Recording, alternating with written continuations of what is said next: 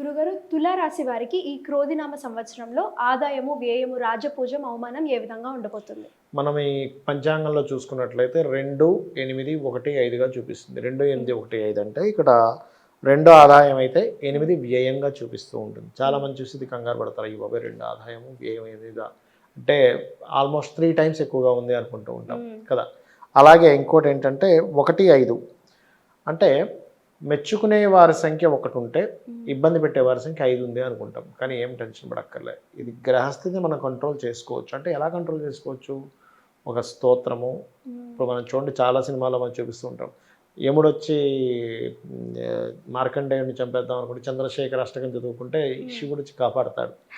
ఆ రకంగా ఏంటంటే ఎప్పుడు కూడా ఈ గ్రహస్థితి ఇలా ఉంది కదా అని భయపడకుండా ఇక్కడ మనం అంటే ఈ సంఖ్యలు ఇలా ఉన్న భయపడకుండా గ్రహస్థితిని కనుక గమనించినట్లయితే తులారాశి వారికి గురువు 2ని చూస్తాడు మే నుంచి. అంటే గురువు యొక్క దృష్టి 2వ స్థానంలో ఉన్నప్పుడు దీంతో సంబంధం లేకుండా వాళ్ళకి గ్రహం అనుకూలిస్తుంది.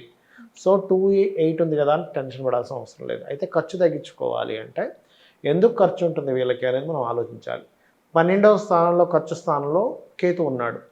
అందుకని ఉలవలు ఉంటాయి కదా, చక్కగా 1 కేజీ ఉలవలు మల్టీ కలర్ క్లాత్ తీసుకొని రెండింటిని మీకు దగ్గరలో ఆలయంలో పురోహితులు ఉంటారు కదా, వాళ్ళకి దానంగా ఇవ్వడం చేస్తున్నట్లయితే కూడా తగ్గుతుంది.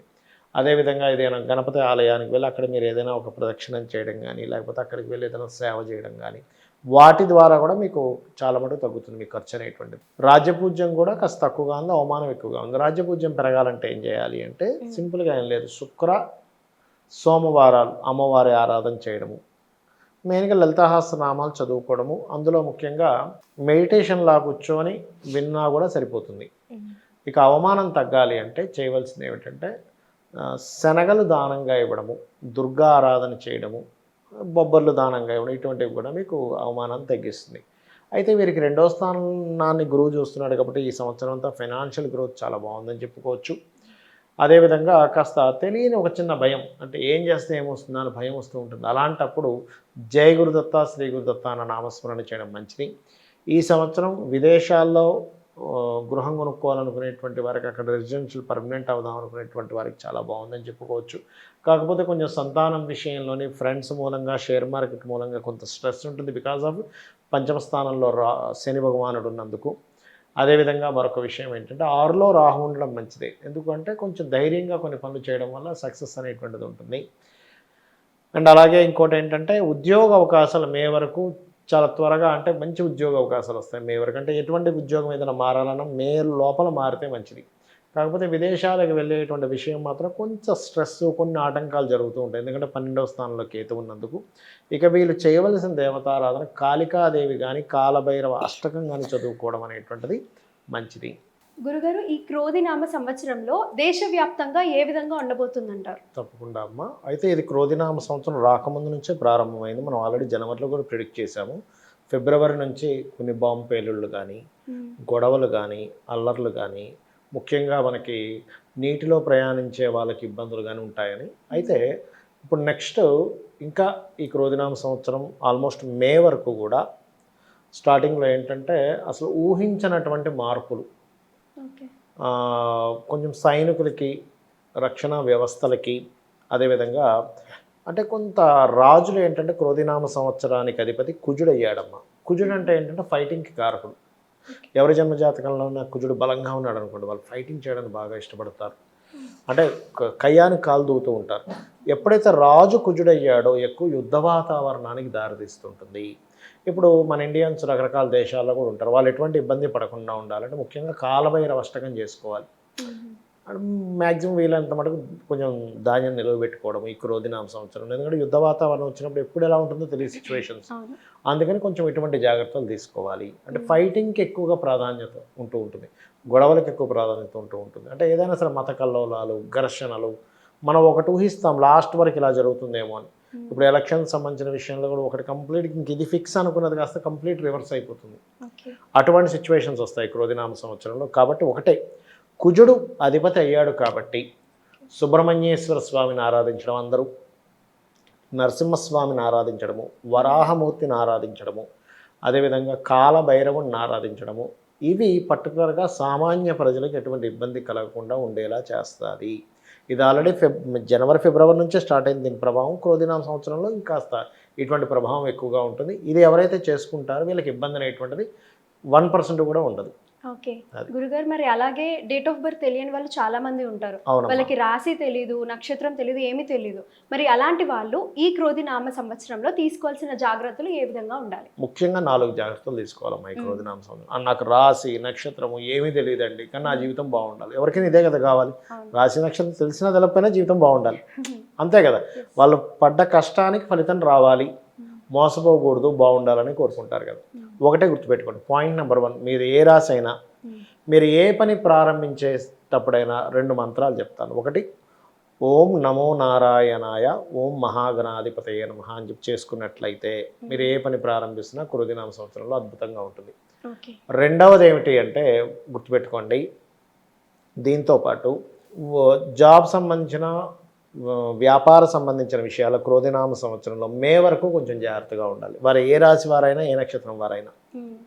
క్రోధినామ సంవత్సరంలో ముఖ్యంగా ఏంటంటే విదేశీ సంబంధించిన వాటికి అందరికీ కూడా ఎక్కువ స్కోప్స్ పెరుగుతాయి ఈ క్రోధినామ సంవత్సరం. ఎందుకంటే న్యాచురల్ మీన రాశిలో రాహు ఉన్నాడు కాబట్టి అదొకటి బాగా ఉంది. అయితే విదేశాలకు వెళ్ళాలి అనేటువంటి ఇది కొంచెం యోగం ఉన్న ఈ క్రోధినామ సంవత్సరం మీన రాశిలో రాహు సంచరిస్తున్నాడు కాబట్టి తొందరగా అనుగ్రహిస్తుంది. అలాంటి వారు డైలీ 2 times హనుమాన్ చాలీసా చేసుకున్నట్లయితే తొందరగా యోగం అనేటువంటిది పడుతుంది. మంగళ బుధవారాలు అప్పులు జోలికి వెళ్ళొద్దు క్రోధినామ సంవత్సరంలో ఎవరైనా కానీ, ఎందుకంటే బుధరాశుల్లో కేతు ఉన్నాడు కాబట్టి. ఓకే, అదేవిధంగా ఈ క్రోధినామ సంవత్సరంలో ఉద్యోగ సంబంధించిన విషయాలు గురువారం రోజు తొందరగా ఫలితాన్ని ఇస్తాయి ఈ క్రోధినామ సంవత్సరంలో. ఈ జాగ్రత్తలు తీసుకుంటూ అందరికీ కూడా ఒకటే ఏంటంటే, ఇప్పుడు జన్మ నక్షత్రము రాశి తెలుస్తేనేమో నేను పలానా దేవతని ప్రార్థించాలి అని ఉంటుంది. కానీ మనకు శాస్త్రంలో ఏముందంటే సూర్య భగవానుల్లోనే అందరూ ఉంటారు. గణపతి అంటే ఆ సకల దేవతలు ఉంటారు, అమ్మవారు ఉంటుంది, ఈశ్వరుడు ఉంటాడు, విష్ణువు ఉంటారు, గంధర్వులు ఉంటారు, యక్షులు ఉంటారు, అప్సరసులు ఉంటారు, పితృదేవతలు ఉంటారని చెప్తుంది శాస్త్రం. అందుకని చక్కగా నీరు తీసుకొని సూర్య భగవాను చూస్తూ నీలో ఉన్న గణపతికి, నీలో ఉన్న సకల దేవతలకి, నీలో ఉన్నటువంటి గంధర్వులకి, నీలో ఉన్న సప్త ఋషులకి, విష్ణువుకి, శివుడికి అందరికీ సమర్పిస్తున్నాను నమస్కరించుకుంటే సకల దేవతల అనుగ్రహం లభిస్తుంది, జన్మ నక్షత్రం రాశి తెలియకపోయినా కూడా. మరి గురుగారు, ఈ రాశి ఫలాలు మాత్రమే చూసుకోవాలంటారా? ఇది కాకుండా పర్సనల్గా ఇంకేమైనా చూసుకోవాలంటారా? ఒకటేనమ్మా, ఈ రాశి ఫలాలు ఇవన్నీ కూడా ఏంటంటే మీకు బయటున్న వాతావరణం, బయటున్న మార్కెట్, బయటున్న సిచ్యువేషన్ లాంటిది. జన్మజాతకం అనేటువంటిది మనం చేసుకున్న కర్మ బట్టి వచ్చే రిజల్ట్ లాంటిది. అంటే మనం ఒక ఎగ్జామ్ రాసాం, ఆ ఎగ్జామ్ రిజల్ట్ అనేది ఒకటి ఉంటుంది కదా, అలా పాస్ట్ లైఫ్లో చేసిన కర్మ ఈ యొక్క జన్మలో ఎలా ఉందని చెప్పేది మన జన్మజాతకం. ఇందులో మీ లగ్నాన్ని బట్టి మీ స్ట్రెంత్ ఏంటి, మీ ధనాధిపతి బట్టి ఉన్న స్ట్రెంత్ని బట్టి మీకు ఏ రంగంలో డబ్బులు వస్తాయి, మీ థర్డ్ హౌస్ని బట్టి మీ సిబ్లింగ్స్తో ఉండే కమ్యూనికేషన్స్, లేకపోతే మీరు ఎప్పుడు ప్రయత్నం చేస్తే బాగుంటుంది, మీ 4th హౌస్ని బట్టి మీరు ఏ డైరెక్షన్లో ఇల్లు కొనుక్కుంటే బాగుంటుంది, మీరు ఎప్పుడు ఇల్లు కొనుక్కుంటే బాగుంటుంది, మీరు ఎలాంటి వాహనం కొనుక్కుంటే బాగుంటుంది, ఎప్పుడు వాహనం కొనుక్కుంటారు, ఎప్పుడు వాహనం కొనుక్కోకూడదు. అలాగే మీ 5th హౌస్ని బట్టి మీ సంతానం గురించి, మీ 6th హౌస్ని బట్టి మీ డైలీ లైఫ్లో ఎందుకు ఇబ్బంది పడుతున్నారు, ఇబ్బంది పడకుండా ఉండాలంటే ఏం చేయాలి, మీరు ఏ ఉపాసన చేయాలి.